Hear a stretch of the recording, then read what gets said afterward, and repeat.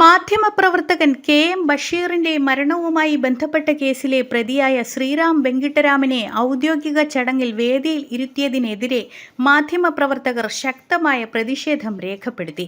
ചടങ്ങിൽ പങ്കെടുത്തിരുന്ന മാധ്യമപ്രവർത്തകർ ബഷീറിന്റെ മരണത്തിന് ഉത്തരവാദിയായ വ്യക്തിയെ വേദിയിൽ ഒപ്പമിരുത്തുന്നത് അംഗീകരിക്കാനാവില്ലെന്ന് വ്യക്തമാക്കി. സംഭവത്തിൽ ഇടപെട്ട മന്ത്രി ആദ്യം വിഷയത്തെ പിന്നീട് ചർച്ച ചെയ്യാമെന്ന നിലപാടാണ് സ്വീകരിച്ചതെന്നാണ് റിപ്പോർട്ട്. എന്നാൽ ശ്രീറാം വെങ്കിട്ടരാമനെ വേദിയിൽ നിന്ന് മാറ്റിയില്ലെങ്കിൽ ചടങ്ങ് ബഹിഷ്കരിക്കുമെന്ന് റോഷിപാൽ, വി. അരുൺ, ആർ. ശ്രീജിത്ത് എന്നിവർ ഉൾപ്പെടെയുള്ള മാധ്യമപ്രവർത്തകർ നിലപാട് കടുപ്പിച്ചതോടെയാണ് ശ്രീറാം വേദി വിട്ടത്. മാധ്യമപ്രവർത്തകരുടെ പ്രതിഷേധത്തെ തുടർന്ന് ചടങ്ങിന്റെ അന്തരീക്ഷം സംഘർഷഭരിതമായി.